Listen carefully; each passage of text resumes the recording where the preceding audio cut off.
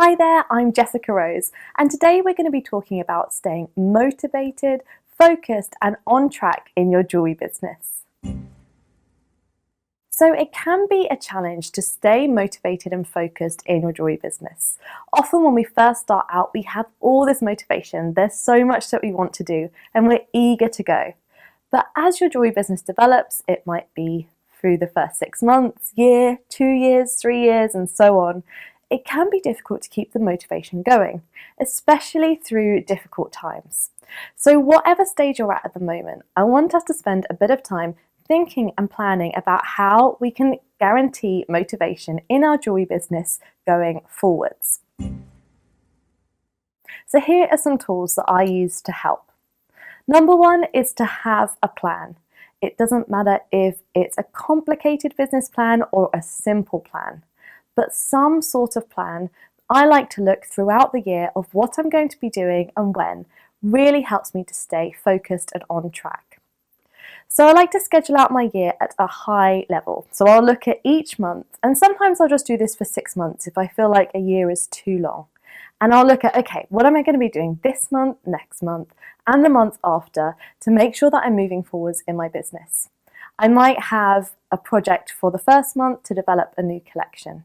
The next month might be all about photographing it and uploading my products. The next month might be focusing on marketing, Facebook ads, Google ads, and getting my new range out there.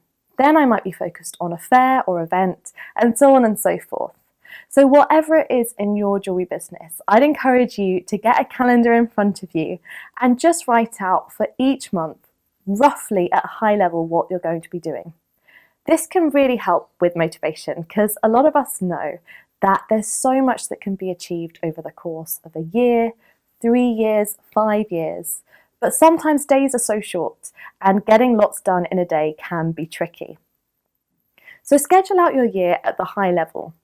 Next, I go into my weekly planning. So I try to have weekly planning meetings with myself. Pick a time in your week that suits you.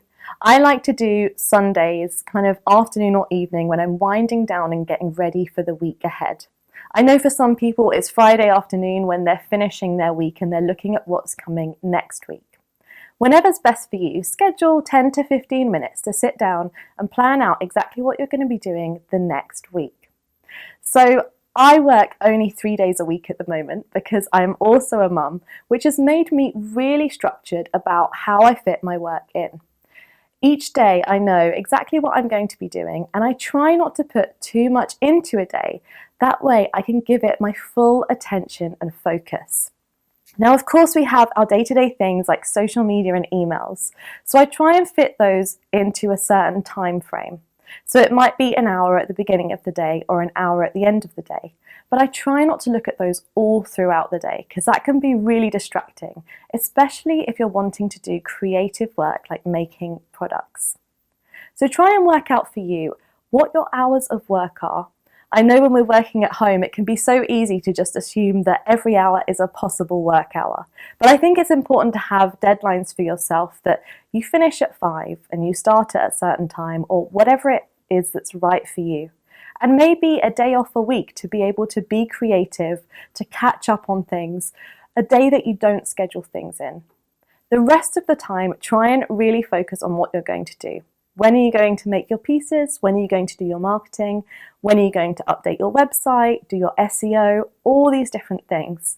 The great thing about scheduling it in, even just a week's worth, is it makes you feel so much better and more in control of what's happening in your business. So have a go at those weekly planning meetings and let me know how you get on with them. I find them so helpful, even if I'm just saying Mondays, product work, Tuesdays, photography, Wednesday I'm going to do blogs, and so on and so forth. So I mentioned avoiding putting too much into each day. And my sort of motto for this is to just do one thing each day. Now I know a lot of you will be saying, I do millions of things every day. I have this huge to-do list. There's no way I can just do one thing a day. But I've done this for quite a while now, and trust me, it really does work.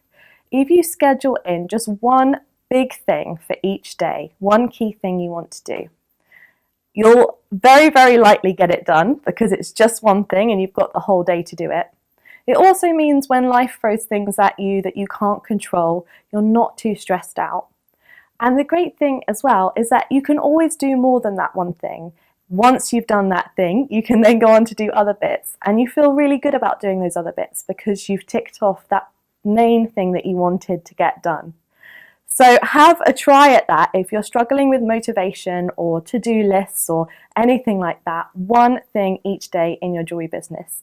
And within a year, that will be 365 things. So it's still a lot of stuff to get done, although we might not be working weekends, I know. But you know what I mean. It will still be a lot that you'll get covered. The next thing that really helps with motivation is accountability. And we feature this a lot in the community at Jewellers Academy. So things that really help with accountability are online courses in business skills, which we do a lot of, community, so being part of Facebook groups and other areas. And if you're not part of our Facebook group, we would absolutely love to have you come join us. There's thousands of jewellers on there to talk to about your making processes and your businesses. Then, of course, there's mentoring. So if there's somebody that you respect or admire that you'd like them to be your mentor, that is an option to go down as well. And sometimes it can be peer mentoring. So another jeweler or small business owner who you speak to once a week, once a month, however often, and have that accountability with each other. Try and factor some accountability into your business if you don't have it already. This can make such a big difference when times are hard and you sort of feel like you don't want to carry on anymore. You know that there's somebody else who's rooting for you and who's going to help you push through that difficult time. So again, coming back to community and how that can help you. I often say that the biggest killer of jewelry businesses is isolation. So it's not a lack of funds, a lack of customers, or anything else that we might be worried about. It's actually isolation. Because when we feel alone, when something difficult comes along, it feels too hard to deal with. We don't have anyone to celebrate successes with. And we lose track of how well we're doing in our business and that motivation. And once we've lost motivation, it's very difficult to carry on. So really prioritize community in your business. It is so important in the long term. Another thing to think about is just to know that you're not alone. So everyone, no matter what their job is or their business is, has difficult days, has times when they struggle, when they don't want to do it, when they don't want to get out of bed, or when they're dealing with something challenging, like a difficult customer who's not been very nice to you, or anything else that's happened within your business. We all hate those times. So having somewhere you can go and share that information with that's private, you can get support and people to say, that's also happened to me, don't worry, it will be okay. That is so, so important for your happiness as well as your jewelry business. Then finally, I'd like you to think about doing things even when you don't want to do them. So we all have the things in our life that we're super motivated for at the beginning and then become less and less motivated. Now, what helps us keep going through these times is something called routine. So your weekly planning meetings are going to help so much with this. But also being in a routine of doing certain processes each day, each week, each month in your business will really help to keep your motivation going. Now, hopefully you're super motivated about your jewelry business and love all the pieces that you're making, the people's lives you're affecting by being able to give them handmade jewelry as part of your service. But if you're not feeling good about it, don't worry, that time will pass. Just need to keep doing the things, the next right thing, take the next step in your business. Know that you're not alone and that you can get support from our community and tons of other communities out there, both on the web and in person. Another thing I really like to do is training when I feel demotivated, because it's great going on a course, learning a new skill, developing something in yourself. Then you start to get a renewed, fresh excitement for your craft, which comes across through your work and through your business as a whole. Now, if you would like to grow your jewelry business, I would love to help you with that, which is why I've created a free guide to growth, which you can download now on the link below. When you get the download, you can start working on the different areas that are going to help grow your jewellery business so you have a profitable, sustainable and successful business going into the future. Thank you so much for joining me on the video today. I would love to connect with you on social media. You can find us at Jewellers Academy on all the different platforms. And I wish you a wonderful rest of the day and hope to see you on another video very soon. Alrighty, bye for now.